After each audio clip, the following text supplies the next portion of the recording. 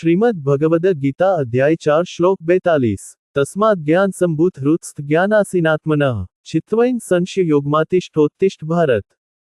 તેથી અજ્ઞાનવશ તારા હૃદયમાં જે સંદેહો ઉત્પન્ન થયા છે તેમને જ્ઞાનરૂપી તલવારથી કાપી નાખ।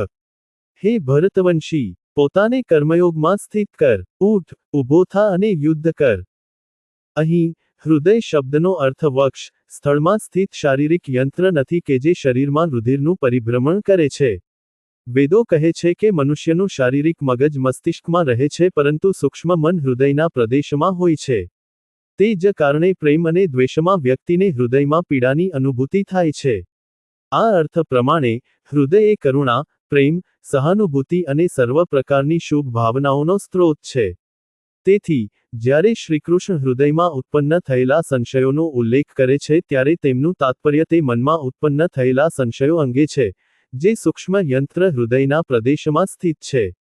અર્જુનના આધ્યાત્મિક ગુરુ તરીકેની ભૂમિકામાં પરમાત્માએ તેમના શિષ્યને કર્મયોગની સાધના દ્વારા જ્ઞાનયુક્ત આંતરદૃષ્ટિ કેવી રીતે પ્રાપ્ત કરવી તેનો જ્ઞાનોપદેશ કર્યો છે।